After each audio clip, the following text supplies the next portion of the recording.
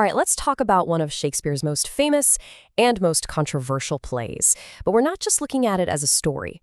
We're going to break down how this 400-year-old drama is basically a masterclass in how to build a perfect play.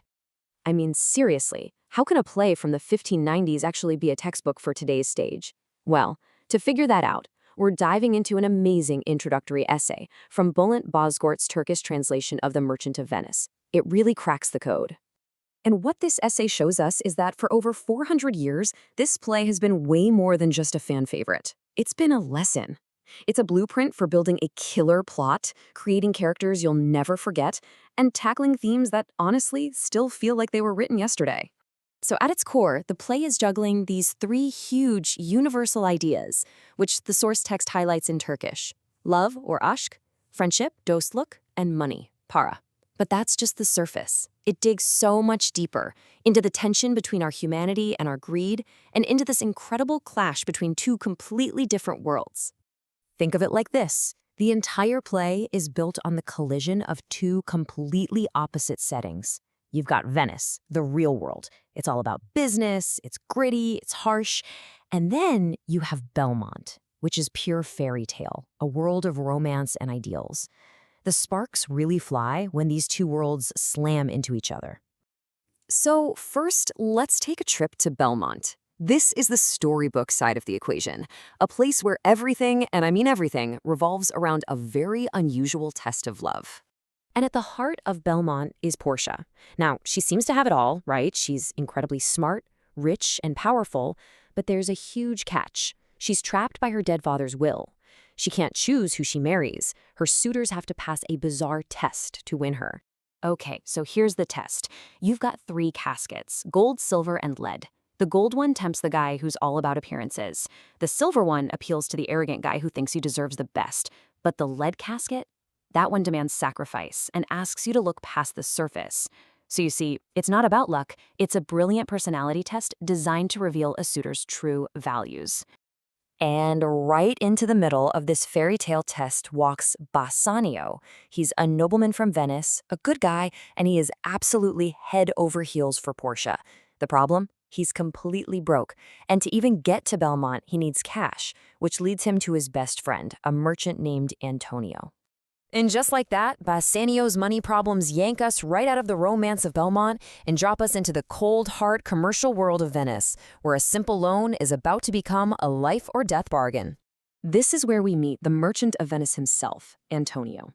He wants to help his friend more than anything, but his money is all tied up in his cargo ships out at sea. So he has to do something he hates: go to a Jewish moneylender named Shylock. And this one decision sets up one of the most chilling agreements in literary history. And here it is, the bond, 3,000 ducats due in 3 months.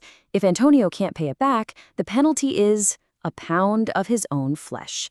It's pitched as this dark, twisted joke, but it very quickly exposes the deep, simmering hatred and prejudice bubbling just under the surface. Which brings us to Shylock. He is without a doubt one of Shakespeare's most complex and controversial characters. The source essay just nails it with this question: is he a villain or is he a victim? The play's brilliant and honestly revolutionary answer is he's both. It's like Shakespeare basically invented the modern anti-hero right here. See, Shakespeare doesn't just let us see him as a monster. He gives Shylock this unbelievably powerful speech where he just lays out all the abuse he suffered from Antonio. He lists all the insults and the hate, and then boils it all down to one devastating reason: I am a Jew. And with this searing plea for basic human dignity, Shylock forces everyone, including us, to look past their prejudice. The point is so clear. Shakespeare isn't giving us a one-dimensional villain. He's giving us a complicated man whose thirst for revenge comes directly from a lifetime of persecution. So, of course, the worst happens.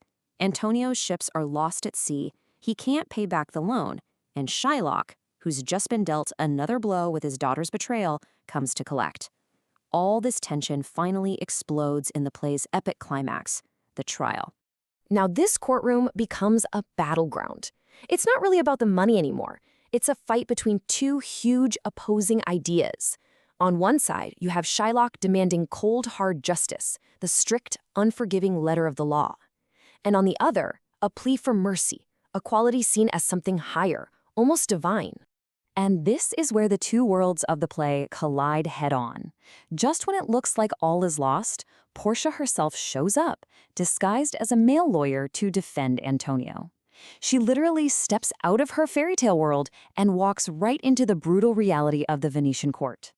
And she makes this final appeal to Shylock with one of the most beautiful speeches ever written. Her argument is that mercy isn't something you can force. It's like rain from heaven, a blessing for the person who gives it and the person who gets it. She's saying that real justice has to be balanced with mercy. But Shylock refuses. He wants justice, and justice alone. And so Portia gives it to him. She brilliantly turns the letter of the law, his own weapon, against him. Antonio is saved, but the way it all ends for Shylock, it's anything but a happy victory. So yes, Antonio is saved, but Shylock is absolutely destroyed. He doesn't just lose all his money, he's forced to give up his religion and convert to Christianity. The source text we're looking at describes the punishment as sondera jr, devastatingly severe. And it's so cruel that it casts this dark shadow over the entire ending. You're left thinking, wait, isn't this supposed to be a comedy? And that's precisely why this play feels so incredibly modern. Sure, the lovers get their happy fairy tale ending, but it feels wrong. It's been tainted by the absolutely brutal ruin of Shylock. It leaves you with what the Turkish source calls a buruk bir son, a bittersweet ending that completely blurs the line between comedy and tragedy. So, in the end, the reason this play is such a perfect theatrical textbook is because of these messy, uncomfortable contradictions. It never gives you a neat little bow at the end.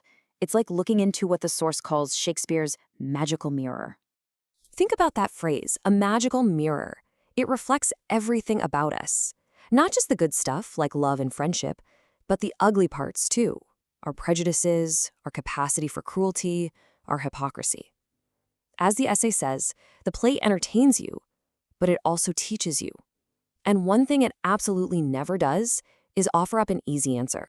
And that leaves us wrestling with this huge, haunting question. Can justice ever truly be reconciled with revenge? Shakespeare gives us no answer. He just holds up that mirror and forces us to look. And it's that challenge, that refusal to give us a simple moral, that makes The Merchant of Venice a timeless, essential, and powerful lesson that still speaks to us today.